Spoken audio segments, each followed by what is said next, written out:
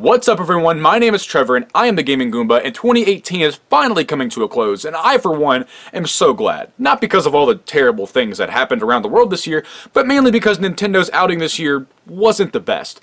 Back in April I made a video called Will Nintendo's 2018 Be Bad, where I tried to answer that very question. So let's take a look back, shall we?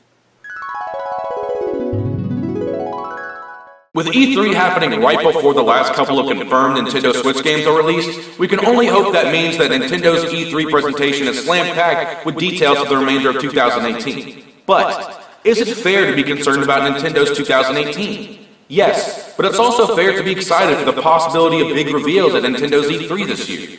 We will know the fate of Nintendo's 2018 soon enough. I don't know who that fat guy was, but that was supposed to be me. But in all seriousness, the end of 2018 is upon us, so it is finally time to really answer that question. So, was Nintendo's 2018 bad? Let's find out. Disclaimer, I will mostly be focusing on Nintendo first-party releases or third-party exclusives, so if I miss your favorite third-party game, I do apologize. After the incredible Nintendo Direct that we received in January of 2017, we were all expecting something just as spectacular. Instead, on January 11th, we got a mini Direct, but it was still packed with a decent amount of information.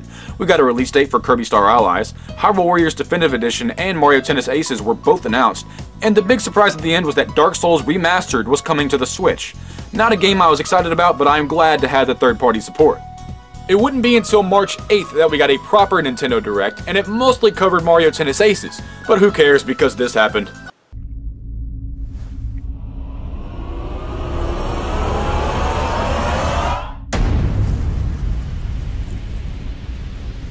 About a week later, on my birthday in fact, Kirby Star Allies was unveiled to the world. So what kind of game did I get on my birthday? I may want to cover this game in its own video in the future, so for now I'll just say it might have been the most mediocre game of 2018, and it took me a grand total of 5 hours to beat.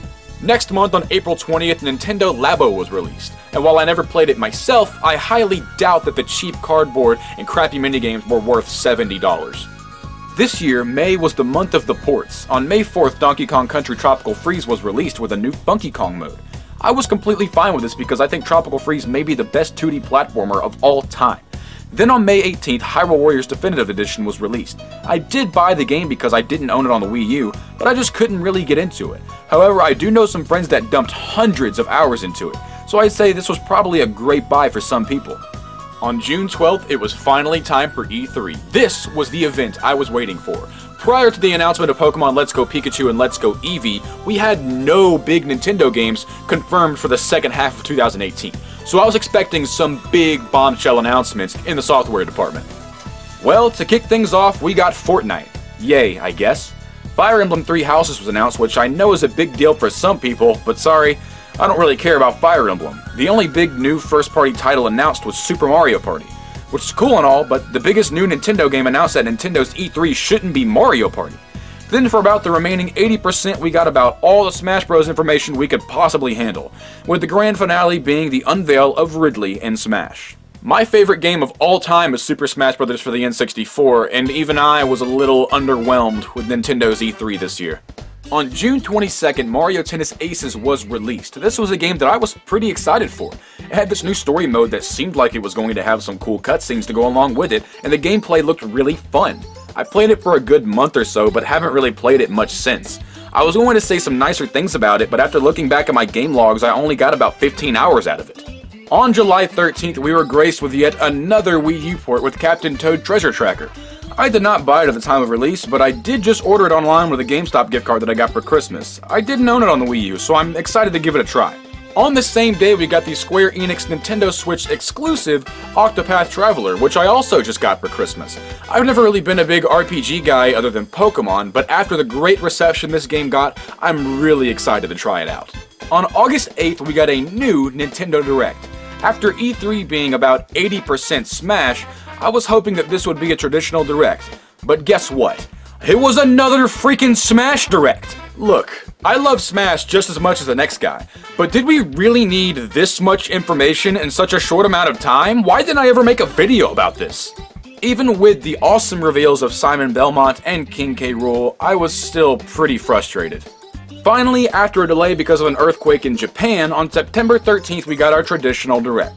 And boy, did they come out swinging. To kick it off, we got Luigi's Mansion 3 with a 2019 release window. Sweet! Then to end it, we got a Smash reveal for Isabelle from Animal Crossing, and an announcement for a new Animal Crossing game, also with a 2019 release window.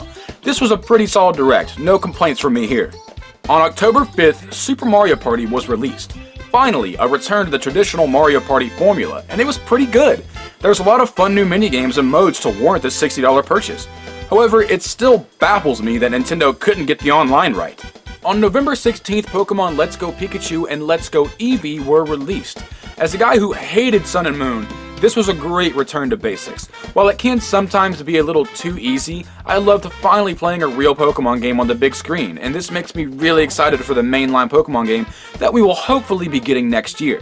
Finally, on December 7th, Super Smash Bros. Ultimate was released, and man, this game is so good that it almost makes up for the lackluster months prior to release. But I will also be covering this game in a future video, so I will just leave it at that for now. Alright, that was a mouthful, but I do feel like I can comfortably answer the question. Was Nintendo's 2018 bad? Yeah, I think it was. Smash was great and all, but looking back there wasn't much to fill in the gaps. The only new first-party game that was primarily single-player we got was Kirby Star Allies, and it's not even a great game. This is coming off of a year that had two single-player games that were masterpieces in the form of Breath of the Wild and Super Mario Odyssey. On top of that, in January, February, and August, we didn't get any first-party games. That's an entire quarter of the year with no first-party releases, not even any ports. While 2018 wasn't great, I still feel that the Switch has a fantastic library of games to choose from. And with Luigi's Mansion 3, Animal Crossing, Yoshi, and hopefully Pokemon already confirmed for next year, I am hopeful that 2019 will be able to pick up the slack. Thank you guys so much for watching today's video. It means the world to me, and I'd love to know in the comment section below, what did you guys think of Nintendo's 2018? Was I being a little too harsh, or is it worse than I think it is? I would love to hear your opinions.